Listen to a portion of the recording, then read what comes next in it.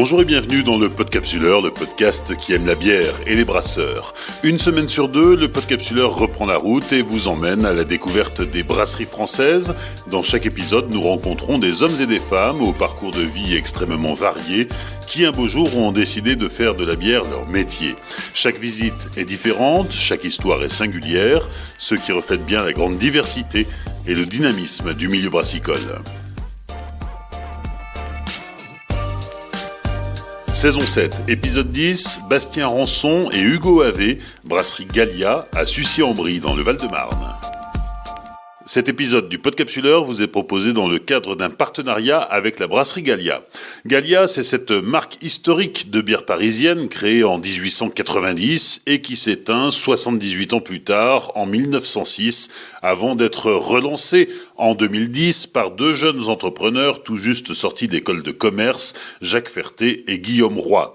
En 2019, Heineken France prend des parts dans l'entreprise avant de l'acquérir à 100% 2 ans plus tard. La brasserie historique de Pantin, en Seine-Saint-Denis, est toujours en activité. C'est en quelque sorte le laboratoire de la marque où sont créées les recettes, un site que nous avions visité début 2021 avec Rémi Morin, le maître brasseur de l'époque, à l'origine de la création des fameuses bières notamment. Mais depuis, Heineken a construit une brasserie flambant neuve à Sucy-en-Brie dans le Val-de-Marne, où sont produites les références phares de la marque en gros volume. Nous allons découvrir cette brasserie dans cet épisode. Le jour de notre visite, c'est le directeur du site, Bastien Rançon, qui nous accueille. Bonjour, je suis Bastien Rançon, directeur de la brasserie Gallia à Sucy. Bienvenue. Ce qu'on peut dire en préambule, c'est que Gallia, c'est une vieille marque parisienne, 1890. Ça a été une brasserie qui avait pignon sur rue dans la capitale, mais qui, dans les années 60, s'est éteinte. Oui, tout à fait. Donc Gallia, c'est, comme tu le dis, une vieille marque de bière parisienne donc, qui était brassée dans le 14e et qui a fermé donc, dans les années 60, après la guerre. Et ces deux fondateurs, donc Jacques et Guillaume, qui ont relancé la marque Gallia avec l'accord des héritiers, bien sûr, de l'ancienne brasserie Gallia, en 2010. Avec comme objectif en fait de redonner une bière craft aux Parisiens. C'était un peu le début de ce mouvement-là à l'époque, et donc voilà, ils avaient cette volonté de faire une bière parisienne. C'est resté d'ailleurs dans l'ADN de la marque.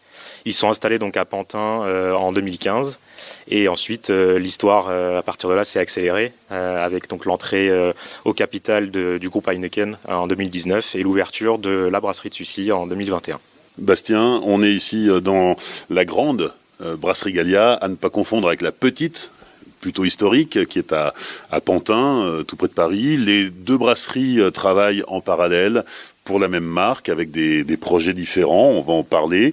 Ici, c'est un site rutilant, tout neuf, qui a été inauguré par un premier brassin en février 2021. Qu'est-ce qui se passe ici à Sucy ?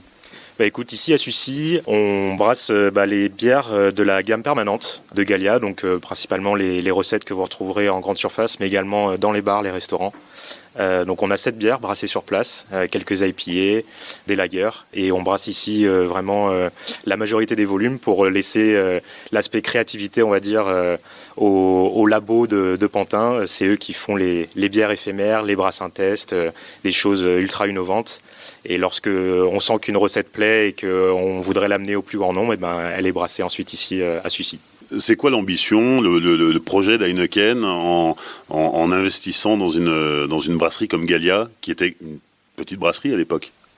Écoute, je pense que l'ambition derrière tout ça, ça se retrouve autour en fait d'une passion commune qui est la bière craft. C'est vraiment de soutenir, de développer ça et de l'amener au plus grand nombre, de le démocratiser, et donc de prendre une petite brasserie, comme tu dis, avec un grand potentiel et de l'amener auprès du plus grand public pour faire profiter les consommateurs de toutes ces bières super intéressantes qui peuvent être brassées et qui dépassent un petit peu ce que certains peuvent avoir l'habitude de consommer. Et donc voilà, c'est vraiment essayer de soutenir ce mouvement-là et de l'amener partout en France. Qu'est-ce qui a changé entre l'avant et l'après Heineken ? Alors, moi, je suis peut-être pas la meilleure personne pour en parler parce que je suis arrivé, Heineken était déjà entré au capital.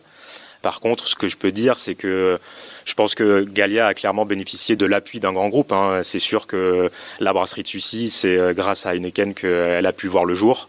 Les équipements qu'on a ici, voilà, c'est grâce à eux qui sont là, et c'est surtout en fait on bénéficie de leur force de frappe au niveau commercial, ce qui fait que maintenant on est quand même distribué partout en France, et également d'une expertise technique. Heineken, ça reste voilà, certes à l'échelle industrielle, mais un brasseur aussi. Donc voilà, ils nous accompagnent aussi dans l'amélioration de nos process, ne serait-ce que pour le chantier d'installation des équipements. On a été accompagné par les équipes engineering de Heineken pour voilà, être sûr que l'outil industriel qu'on allait installer ici serait optimal pour brasser les bières Gallia. Tu disais qu'ici on produisait à grande échelle pour la grande distribution, essentiellement en bouteilles, en fût aussi. Alors oui, on fait aussi du fût. J'ai envie de dire que ça dépend un petit peu des commandes qui nous sont passées. L'année dernière, on a fait effectivement beaucoup de bouteilles parce que c'était le lancement de la Champ Libre, qui était une innovation majeure de l'année dernière. Donc une bière 100% ingrédients français avec un peu de malt de seigle pour ce petit côté rustique, mais qui reste une lager accessible pour, voilà, encore une fois, toucher le plus grand nombre. Mais on fait également du fût. Cette année, par exemple, il y a une innovation qu'on lance exclusivement sur le secteur CHR, donc on se retrouve à faire bien plus de fûts cette année que l'année dernière. Ouais. Champ Libre, on peut en parler plus longuement parce que c'est peut-être la première référence créée depuis que la brasserie appartient à Heineken. Oui, alors l'idée derrière ça, c'était en fait voilà, de compléter le portefeuille des recettes Gallia, on va dire, qui étaient avant peut-être plus connues sur des recettes plus pointues, des IPA notamment, c'est ce qui a fait un peu la renommée de Gallia au départ. Et l'idée, c'était voilà, de compléter cette gamme-là avec quelque chose, un produit entre guillemets d'appel, pour que les gens un peu moins connaisseurs, on va dire, puissent voilà, commencer à accéder, à découvrir le monde Gallia. C'était une porte d'entrée un peu plus facile, un produit plus abordable pour commencer à faire connaître et que ensuite les gens s'intéressent après à ce qu'il y a derrière, des brassins éphémères qu'on puisse faire à Pantin, jusqu'aux Vières, du coup, qui sont encore plus loin dans la recherche. Et d'ailleurs, le lancement de la Champ Libre, c'est un événement qui n'est pas passé inaperçu parce qu'il y avait derrière de gros efforts et de gros investissements en termes de marketing, de communication. Oui, tout à fait. C'est aussi l'avantage d'être adossé à un grand groupe comme Heineken, c'est qu'il y a une réelle force de frappe au niveau commercial et marketing derrière qui nous aide du coup à faire parler de nous au plus grand nombre. Oui, tout à fait. Tu parlais des IPA et autres bières qui ont fait un peu la réputation de Gallia dès sa création en fait. Aujourd'hui, ces bières-là sont toujours produites ? Oui, bien sûr. Justement, les IPA avec lesquelles Gallia s'est fait connaître, elles sont brassées donc aujourd'hui ici à Sucy. Et nous, on a vraiment à cœur de respecter la recette originale qui nous a été confiée par les équipes de Pantin pour être sûr que ça reste tout le temps la même. On modifie en rien les recettes et au contraire, on s'attache vraiment à ce que le produit soit conforme aux standards de qualité qu'ils peuvent avoir. Et on est aidé par ça, par les capacités techniques qu'on a ici. Tu l'as mentionné, c'est un outil qui est rutilant, qui est tout neuf, qui est très efficace.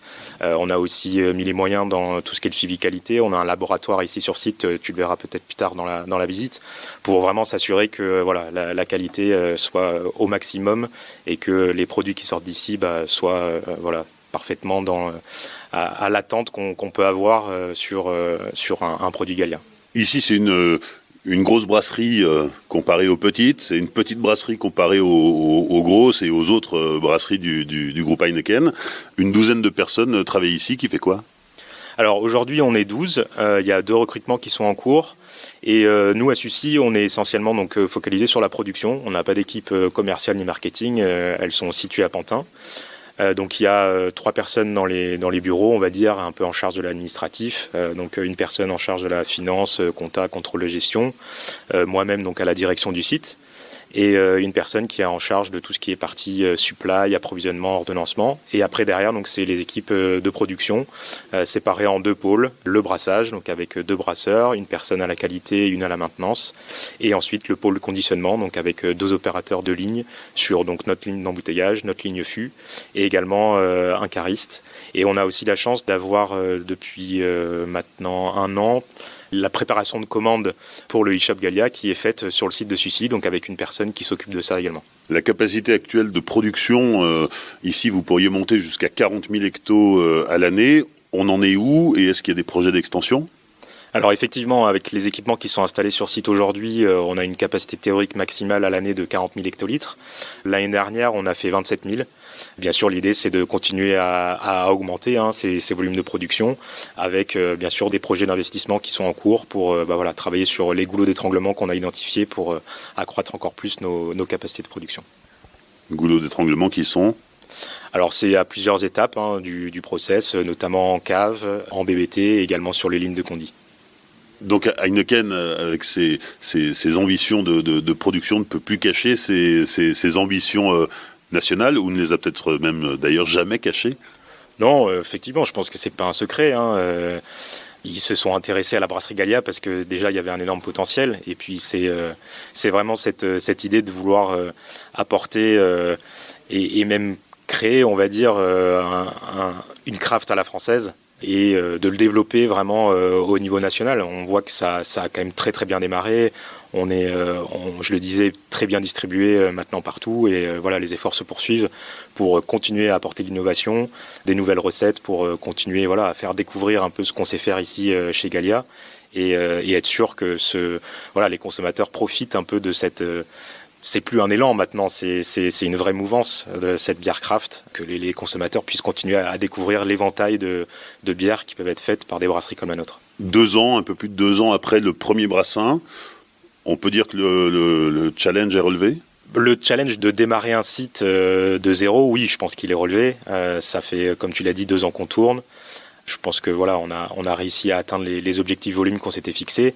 Maintenant, on attend la suite avec impatience. On a envie de continuer à grossir, à grandir, à toujours brasser des bières encore meilleures, encore plus innovantes pour plaire au plus grand nombre. Donc moi c'est maintenant on cap sur l'avenir.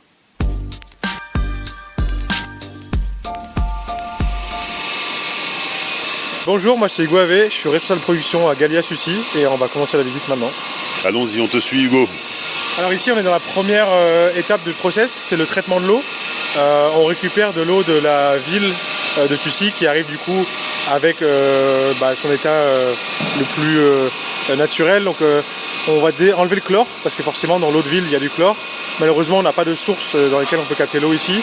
Donc on a d'abord un déchloreur qui permet d'enlever le chlore, ensuite on a des bonbonnes qui permettent d'enlever la dureté de l'eau, donc enlever tout ce qui est minéral, que ça peut après nous gêner dans le process au niveau de l'eau chaude. Et également, ça nous permet de retoucher certains styles en fonction du style de bière. On va pouvoir ajouter les minéraux qu'on veut après dans le brassin, quoi. Cette eau qui est créée est donc de l'eau qu'on appelle nous de l'eau de brassage, donc la brew water, qui est de l'eau adoucie, qui nous sert ensuite à faire de l'eau glacée et de l'eau chaude, qui va nous servir en différents endroits du process de brassage. On va aller du coup maintenant dans la partie concassage pour voir la suite du process. Voilà, nous entrons dans le grenier à malt. C'est ça, dans le grenier à malt. Donc c'est ici qu'on stocke quasiment tout notre malt. Et ensuite, on va du coup avoir 2 stations Big Bag qui nous permettent de mettre les malts principaux, donc du Pilsen ou du Pale Ale en fonction des recettes. On a aussi une trémie pour pouvoir mettre les malts spéciaux. Donc on va mettre le seigle par exemple pour la champ libre. On va mettre les autres malts spéciaux pour par exemple la yeast comme l'avoine ou quoi. Ça va être concassé du coup de manière automatique. Donc on lance une recette. Ça va concasser pendant à peu près 1h30. Et tout est récupéré donc dans une sorte de, ce qu'on appelle nous la grills box. C'est une boîte où tout le malt concassé est stocké en attendant d'être envoyé vers le brassin. Et ensuite, de manière automatique, la salle à brasser va demander à envoyer le grain, et ça va être empâté du coup de l'autre côté dans la salle à brasser, donc dans la cuve d'empâtage. Donc tout ça c'est automatique. Nous on peut dire à quelle heure on veut que ça démarre. Donc en général on fait démarrer ça la nuit, et les brasseurs arrivent de 3 heures après pour vérifier que tout va bien et continuer le reste du brassin, quoi. Donc on a un moulin 4 rouleaux, donc ça permet d'avoir un concassage assez fin, qu'on peut aussi ajuster en fonction des recettes. Qu'est-ce que tu peux nous dire sur le malt utilisé pour la création des bières Gallia ? Alors on travaille avec le malt soufflé pour la plus grosse partie, et après on a quelques malts spéciaux qu'on prend en Allemagne et en Angleterre en fonction des recettes. C'est des malts assez spécifiques qu'on a pu trouver chez ces fournisseurs-là, historiquement déjà chez Gallia à Pantin. Donc on a voulu rester un peu dans cette historique-là, on va dire. Et après voilà, donc on a, comme je disais, 2 malts principaux, du Pilsen et du Pale Ale, qui nous servent pour les bases des plupart des recettes. On poursuit notre visite par la salle de brassage. C'est ça, donc on a une salle à brasser de 80 hectos. Donc à chaque batch, on peut brasser 80 hectos. On a ensuite des fermenteurs de 80 et 260. Donc il y a certains, on a besoin de 2 brassins pour les remplir. Tout le grain donc, qui a été concassé de l'autre côté arrive ici et est empâté dans la cuve d'empâtage avec le système Aloysius de chez Braucon. Donc ça permet d'avoir vraiment un empâtage très homogène. L'étape d'empâtage dure à peu près 1 heure du coup en fonction des recettes. Tout est automatisé, donc comme je disais, l'empâtage se déclenche tout seul. Et ensuite les brasseurs viennent vérifier à certains moments que l'empâtage est bien fini, que la filtration se passe bien. Et en parallèle, ils vont préparer du coup le fermenteur et toute la ligne de transfert à être désinfectée et prête pour recevoir la bière. L'étape de filtration, c'est l'étape qui est un peu plus longue. Ça mobilise 2 cuves, donc la cuve filtration et la cuve d'ébullition. C'est à peu près 2 heures à 3 heures, ça va dépendre des maltes qu'on met. Si un peu d'avoine ou un peu de blé, ça prend en général un peu plus de temps. Mais pareil, c'est entièrement automatisé. On intervient juste pour vérifier que tout se passe bien. Et ensuite, on peut adapter un petit peu les débits des pompes pour pas que ça colmate trop. Mais maintenant qu'on est un peu rodé depuis 2 ans et demi, en général, ça marche bien. Donc là, actuellement, le brassin, il s'est fini déjà. Donc on a la cuve qui est vide. On voit bien le fond filtrant, donc avec les plaques filtrantes. Et le système de rack. Donc en fait, c'est un bras mécanique qui va pouvoir monter et descendre. Et en fait, piocher un peu dans le gâteau de filtration pour accélérer ou améliorer la filtration. Donc ça, c'est un système qui existe dans beaucoup de brasseries. Et la particularité de celui-là, c'est que comme c'est une salle à brasser assez grosse, on peut en fait vraiment le paramétrer en fonction des recettes. Et donc en fait, chaque recette aura une hauteur et une vitesse de piochage différentes. Si c'est une recette un peu dure à filtrer, le piochage pourra être un peu plus profond et tourner un peu plus rapidement pour éviter d'avoir des colmatages et des filtrations qui durent on va dire des heures, quoi.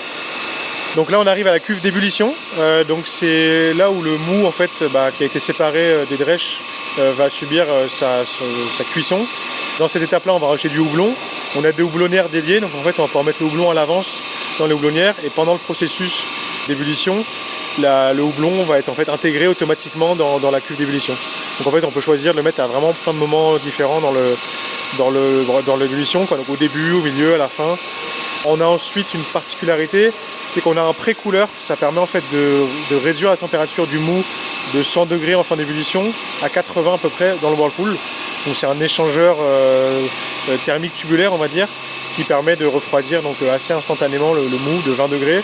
Et ça permet d'éviter d'avoir trop d'amertume dans le houblon qu'on met dans le whirlpool et de garder plus le côté aromatique présent et donc d'avoir un mou qui est déjà quand même assez aromatique. C'est le fameux hop stand. Ouais, c'est ça. Voilà. Et du coup, ça permet de... C'est vrai que dans d'autres brasseries que j'ai pu faire avant, s'il n'y a pas ce système-là et qu'on blinde un petit peu en houblon vers le whirlpool, on peut avoir une amertume, donc on est un peu limité. Alors il y a moins de transformation en pouvoir amérisant, on va dire, du houblon, mais donc sans l'échangeur, mais ça permet là vraiment de pouvoir mettre beaucoup et de conserver bien ce côté aromatique sans avoir vraiment le côté amer pour le mou, quoi. Et alors les houblons, vous sourcez comment ? Ça dépend des recettes. On essaye, nous, de travailler avec des houblons locaux, surtout pour la Champ-Libre, c'est un bon exemple. On a bossé avec de l'élixir et de l'aramis, du comptoir agricole. Après, pour les IPA, on est sur des houblons américains. On essaye, à Pantin, on a déjà fait un test pour une French IPA, avec des houblons aussi alsaciens. Mais c'est vrai qu'on est obligé pour certaines IPA de se sourcer chez Yakima ou chez Bartas, parce que les meilleurs houblons aromatiques restent quand même encore aux États-Unis, dans la vallée de Yakima. Et c'est vrai que c'est dur d'avoir le même rendu avec certains houblons français, même si la filière, et nous on y travaille, on essaye de développer ça pour essayer d'avoir des houblons aromatiques en Europe. Mais c'est vrai que c'est un sujet qui est très, on va dire, dans le moment avec les houblonniers, que ce soit allemand ou français. Ouais, c'est un beau défi, je pense. Après, il faut aussi que le terroir européen reste sur des spécificités et pas forcément tout copier de ce qui se fait aux États-Unis. Mais bon, ça, c'est on va dire, les houblonniers qui bossent dessus, quoi. On va voir les fermenteurs. Allez. Alors, on a pris un peu de hauteur pour arriver en haut des fermenteurs. C'est ça. Donc là, on est en haut, on va dire, de la partie cuverie. On a des fermenteurs de 160 et de 80. On en a 10 de 160 et 4 de 80. Qui sont du coup, on est sur une petite passerelle en hauteur pour pouvoir mettre les levures, on va dire, de manière sécurisée. On a un petit trou dans lequel on peut stériliser tout et envoyer la levure de manière, on va dire, très facile. Et on a aussi, tu pourras le voir en descendant, des levuriers, donc en fait qui peuvent nous servir soit de propagateurs, soit de récolteurs en fait de levure, et dans lesquels on va récolter la levure une fois que la fermentation est finie. On va la garder à froid et mélanger pour ensuite réinjecter la levure sur plusieurs générations dans différents brassins. Donc c'est vrai que ça nous permet voilà, d'affiner un petit peu. C'est vrai qu'au fil des générations, les levures elles s'améliorent, elles vont aussi plus vite dans la fermentation. Donc et ça permet voilà, de ne pas prendre un batch nouveau à chaque fois, parce que forcément, avec autant de brassins, sinon ça ferait beaucoup de consommation de levure qui n'est pas forcément utile d'avoir une nouvelle à chaque fois, quoi. On est sur quel type de levure? Alors on est sur la levure sèche et liquide, ça dépend des recettes en fait. Donc sur certaines recettes, comme on le marque sur les étiquettes, on est sur de la WP001, donc une levure assez basique, un type américaine. Et après pour les fermentations basses, on est sur des trucs assez classiques de lager, fermentation basse, quoi. Avant de passer au conditionnement, on s'arrête devant la centrifugeuse. C'est ça, donc nous en fait nos bières elles sont pas filtrées, on centrifuge, donc ça permet en fait plutôt que de trier juste par la taille, de trier par le poids. Donc certaines molécules forcément vont être grosses mais légères, donc elles ne seront pas éjectées par la centrie. Donc là en fait on va surtout pouvoir, ce qui est pratique de la centrie c'est pour les IPA, ça va enlever en fait le hop burn, on n'aura pas de résidus de houblon après dans les bouteilles ou dans les fûts. Et ça permet vraiment d'avoir un goût on va dire sans trop d'amertume, donc comme je disais, comme sans hop burn. C'est du coup un process qui s'intègre après la fermentation et après le dry hopping forcément. Une fois que nos bières elles ont eu leur garde à froid, on passe dans la centrie, on finit la carbonation, donc on remet voilà, la dose de CO2 précise en fonction du conditionnement. Et après la bière elle arrive dans les BBT et elle est prête à être mise en bouteille ou en fût. Alors aujourd'hui on est au calme parce que, enfin presque, hein, l'embouteilleuse ne tourne pas, mais on est là juste devant et quand on voit la taille de l'engin, on imagine que ça tourne bien. Ouais, donc on est sur une embouteilleuse qui fait 6000 bouteilleurs, donc ça permet pour se baser sur nos tailles de fermenteurs, on arrive à faire 150, 160 hectos en une journée. Donc en une journée en général entre 8 et 10 heures de travail plein en fonction des pannes ou des problèmes qu'il peut y avoir sur la ligne. Donc c'est vrai que ça a été dimensionné pour pouvoir s'adapter à nos tailles d'outils de production. Donc tout est entièrement automatisé, on a juste à mettre les bouteilles à déhousser à l'entrée et ensuite il va y avoir un dépalettiseur qui va enlever étage par étage, amener sur les convoyeurs. On a une étiqueteuse rotative et ensuite une soutireuse isobarométrique. Et ensuite la ligne continue, on a deux types de conditionnement, soit des basket packs qui eux sont mis dans des cartons, soit directement en carton de 24 ou 12 en fonction des formats. Et ensuite on a à la fin un repalettiseur qui permet de refaire la palette entièrement on va dire, de manière automatisée. Et ensuite le cariste a juste à la prendre, à la filmer et à la mettre en stock. Donc, voilà. Alors ici on arrive à une denfuteuse, donc voilà, là ils sont en train de faire des fûts aujourd'hui. Donc c'est le deuxième type de conditionnement, du fût 20 litres aujourd'hui, des fois ça peut être 30 litres, ça dépend de ce qu'on a besoin de faire. Les fûts sont envoyés pareil en stock en étant filmés. Et c'est une denfuteuse assez simple et qui marche très bien. Et là par contre c'est manuel. Alors là c'est plus manuel parce qu'au final on a pris une ligne de base qui est avec un convoyeur non automatisé, il faut bouger les fûts à la main, donc c'est vrai que c'est la partie un peu plus manuelle et un peu moins drôle à faire, mais bon il faut bien qu'on envoie des fûts pour nos clients, donc les gens ont soif, donc faut leur envoyer la bière, quoi. Hugo, quand on construit une brasserie comme ça, neuve, sortie de terre, dans le contexte actuel où on parle beaucoup d'environnement, d'empreinte carbone, comment est-ce qu'on réfléchit ? Alors c'est vrai que le projet était hyper intéressant parce qu'on est parti d'une feuille blanche, on avait un bâtiment neuf qui était dans un écoparc, donc qui était déjà on va dire aux normes d'isolation et tout ça qui sont très, très modernes on va dire. Après nous on a forcément bossé sur le projet pour avoir des économies, des économies et des choses qui soient pensées pour l'écologie aussi. Donc on a un CIP automatisé, ça permet du coup de ne pas avoir une nouvelle solution chimique utilisée à chaque fois. Donc on la récupère, ça donne aussi des nettoyages plus efficaces.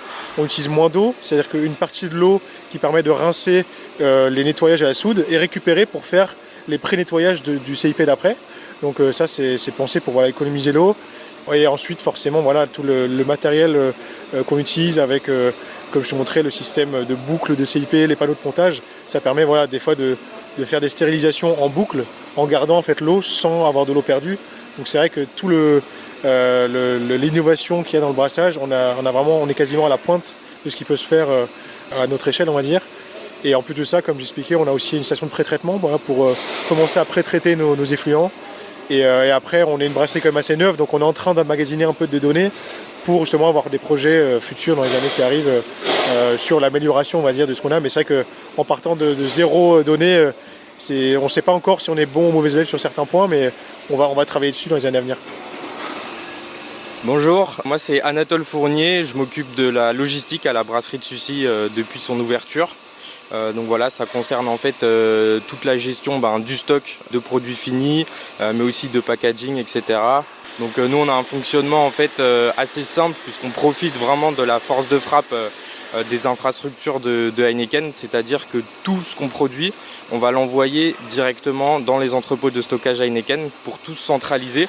Et après Heineken s'occupe en fait de redispatcher le produit chez les différents clients, que ce soit des grandes surfaces ou des cafés, hôtels, restaurants, bars.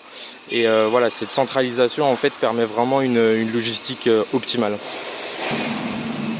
Juste à côté de la chambre froide où sont stockées les différentes variétés de houblon, se trouve le labo de Patricia.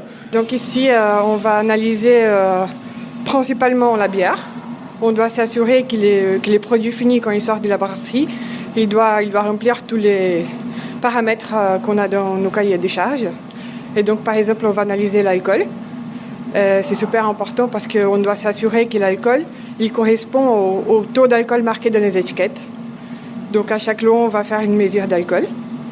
Après, on va faire aussi des analyses microbiologiques pour déterminer s'il y a une contamination de la bière. Quand je parle de contamination, c'est-à-dire qu'en fait, dans la bière, il n'y a pas de pathogènes. Donc jamais une personne peut tomber malade. Par contre, il y a des bactéries, des levures qui vont contaminer la bière et donner des faux goûts, qu'on veut éviter d'avoir ces contaminations dans nos produits. Est-ce que pendant la production, il y a d'autres analyses qui sont menées ? Alors, on va faire notamment toutes ces analyses pendant la fermentation pour éviter d'avoir des problèmes une fois la bière elle est déjà en bouteille ou en fût. Parce qu'à ce moment-là, malheureusement, si la bière n'est pas bonne, il va falloir les jeter. Par contre, si on détecte les problèmes pendant la fermentation, on va pouvoir essayer de régler ce problème pour éviter de jeter la bière. Ça se règle comment ? Alors, on injecte un vaccin ? Non. Pour la contamination, c'est plus compliqué. Une fois c'est contaminé, c'est irréversible, donc c'est pas possible de régler ça. Par contre, pour l'alcool, si on a un taux d'alcool plus bas ou plus haut, on va pouvoir essayer de faire un nouveau brassin adapté, c'est-à-dire avec moins d'alcool par exemple, pour pouvoir mélanger avec la bière qui a un taux d'alcool plus élevé. Et comme ça, une fois mélangé, on va arriver à avoir les bons taux d'alcool. Alors les autres, écoutez pas, ça arrive qu'on jette de la bière ici ? Alors, au tout début, ça arrivait, en fait, parce qu'on faisait les analyses d'alcool en BBT. Et on s'est rendu compte que l'alcool, il n'était pas bon. On était obligé à jeter cette bière-là. Et depuis, c'est pour ça qu'en fait, on fait les analyses pendant la fermentation pour éviter ça. Et ça représente combien d'analyses par jour, par semaine, par mois ? Alors, ça va dépendre un peu de la prod, du planning de la production. Donc, pour les analyses, il faut s'adapter tous les jours à l'étape où la bière elle est. Donc, ça peut représenter 4-5 analyses d'alcool et microbiologie par semaine. Au mois, ça peut représenter 30 analyses différentes pour chaque lot.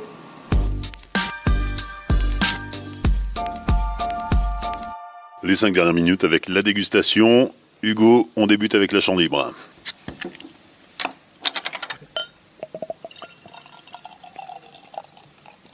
La champ libre, on est sur notre lager, qui est Nino, qui a été lancé l'an dernier.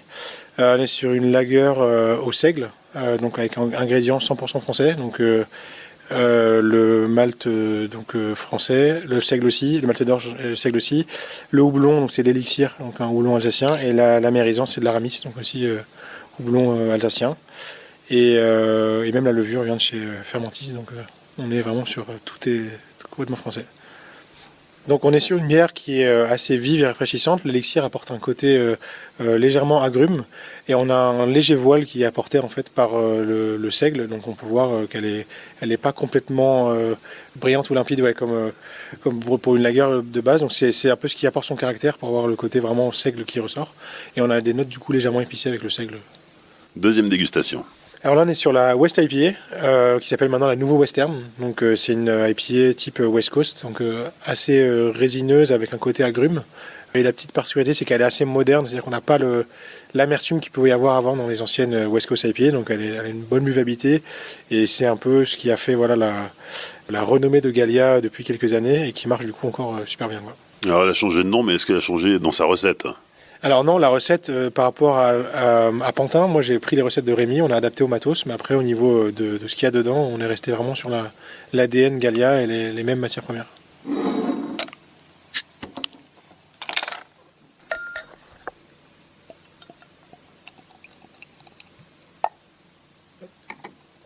Donc comme je disais, on est sur une IPA type West Coast, donc avec des houblons très agrumes, avec un côté un peu résineux, ce qui apporte cette typicité du style West Coast, qui sera un peu différent sur la sans concession, du coup, qui est anciennement la session IPA, qui a des houblons complètement différents, donc avec une aromatique qui tire plus vers les fruits tropicaux, la mangue, donc vraiment un profil assez différent.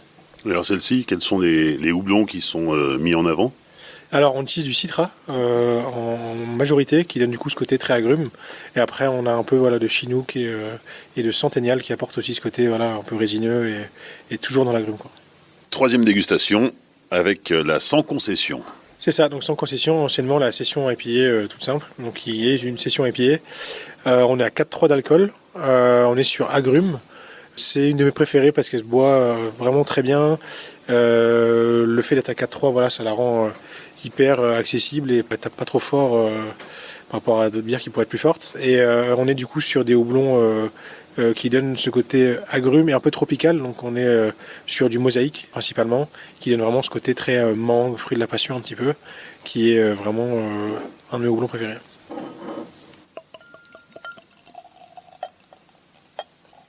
Donc c'est pareil, on est sur une session IPA, on met aussi de l'avoine comme dans notre East, et donc l'avoine apporte un côté comme le seigle et toutes les céréales autres que l'orge, donc le blé, l'avoine, tout ça, ça apporte un côté trouble. Donc elle a une turbidité qui est assez importante, qui du coup pourrait presque la rapprocher d'une East IPA avec en plus le profil aromatique, mais on est du coup sur, comme elle est assez faible en alcool, sur une session IPA et qui est pour moi, comme je disais, une de mes préférées de la gamme parce qu'elle est vraiment très accessible et elle peut se boire vraiment tranquillement après une journée de travail. Elle est vraiment très bien adaptée pour ça. Quatrième dégustation. Donc là, on passe sur la East IPA qui, elle, n'a pas changé de nom, qui reste donc pareil une des bières emblématiques de Gallia, qui a, je pense aussi, participé au côté assez du renouveau de Gallia. Gallia, ça a été une gamme avec 3 IPA. Ça change quand même beaucoup des codes classiques des brasseries de plus, on va dire, grand public, qui en général ont une blonde, une rousse, une brune, une blanche. Là, on est sur 3 IPA dans la gamme on va dire principale, et ça c'est ce qui a fait à mon avis qui a permis d'avoir une image très très innovante sur la marque Gallia.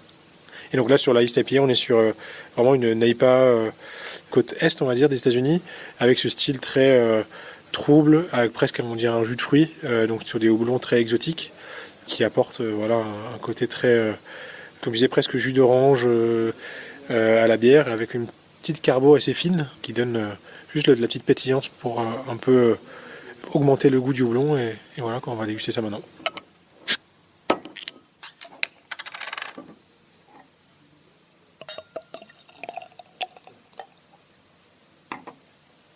Donc comme je disais, on est sur une turbidité qui est encore plus poussée que sur la session. Donc ça fait partie du style donc East IPA ou NEIPA.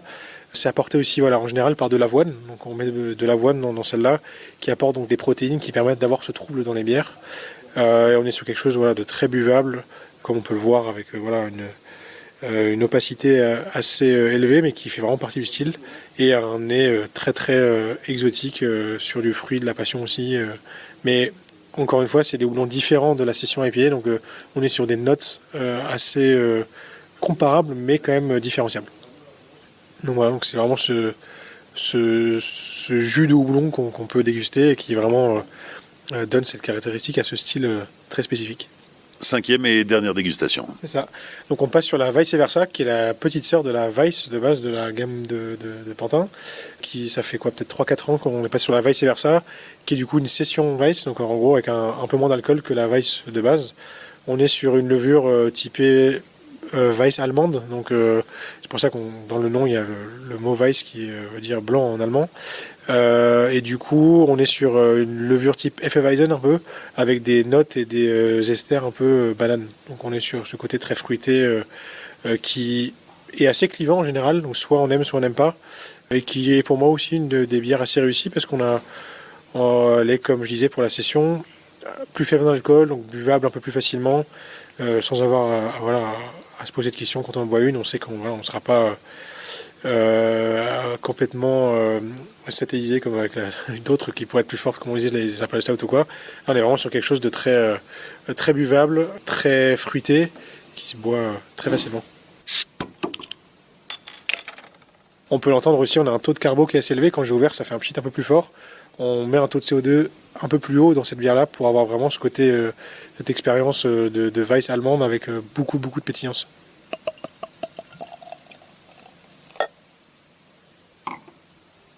Comme je disais, on est sur une Weiss, donc on a un léger trouble qui vient donc cette fois-ci pas de l'avoine mais du blé. Donc il faut savoir que les bières type Weiss sont des bières de blé, donc on met une majeure partie de blé dans la recette.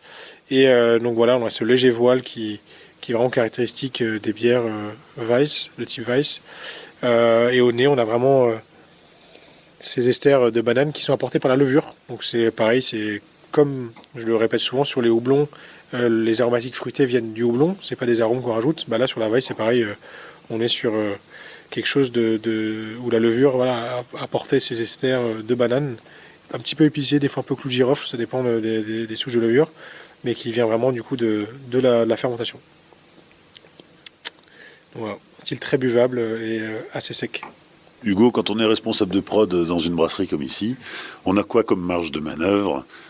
Surtout quand on appartient à Heineken. Est-ce que tu as la possibilité de créer des recettes ? Est-ce que tu as la possibilité d'apporter un peu ton savoir-faire, ta patte dans ce qui est produit ici ? Forcément, on a le cahier des charges des recettes de Pantin de base. Donc nous, on est quand même sur la gamme Gallia. Donc moi, je me base plutôt sur l'ADN de la marque. Donc moi, c'est les recettes que Rémi m'a partagées. Mon but, c'est d'être dans les clous de ce qu'on recherche au niveau du goût, au niveau de l'aromatique. Donc là-dessus, après, au niveau innovation, c'est assez intéressant, comme l'expliquait Bastien un peu plus tôt. Des fois, on a beaucoup de liens avec Pantin. Donc forcément, on est un peu dans la même famille. Moi, ça m'arrive souvent d'aller là-bas, de déguster ce qu'ils font. Et on essaye de goûter... alors il y a certaines choses qu'ils font là-bas qui sont vraiment très expérimentales sur des petits volumes, sur des marchés de niche. Après il y a aussi beaucoup d'innovations qui sont très on va dire buvables et qu'on peut faire à plus grande échelle, et ça nous arrive du coup de faire des tests pour voir si c'est faisable ici. Donc moi je travaille avec les équipes là-bas pour goûter, estimer et voir si ce qu'ils font là-bas sur leur matos est faisable sur notre matos, pour ensuite se dire potentiellement cette recette-là, si elle marche bien au niveau du e-shop ou du bar Gallia, potentiellement on pourrait la faire ici, quoi.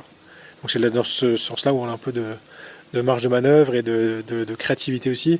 On ne fait pas juste, on va dire, la gamme Gallia de base, et on a aussi un petit peu de ce côté accompagnateur sur l'innovation au niveau de la marque Gallia. Oui, c'est le cas par exemple de la Pulp Friction qui est l'exclu CHR de Gallia pour cette année. C'est ça, donc la Pulp Friction de base c'est parti d'une recette qu'ils ont fait à Pantin qui s'appelait la Golden Hour, qui était à base de kumquat. Et donc voilà, c'était une bière, donc une sour aux fruits, qui a été du coup un franc succès au bar et en bouteille là-bas.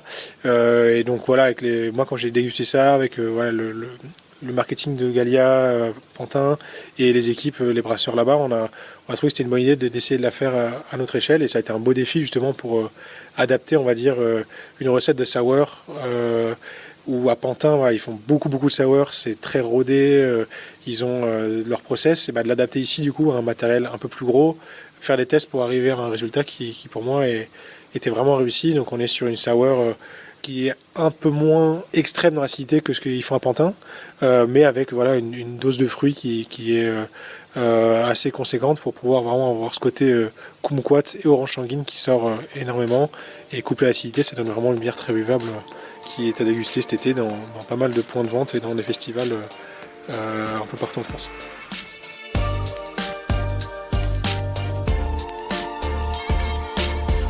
Merci à Hugo Havé, Bastien Ronson, Anatole Fournier et Patricia Reguera-Vidal et à toute l'équipe de la brasserie Gallia de Sucy-en-Brie pour leur accueil lors de l'enregistrement de cet épisode. Sur les réseaux sociaux du Podcapsuleur, Facebook, Twitter et Instagram, vous pourrez découvrir la brasserie en images.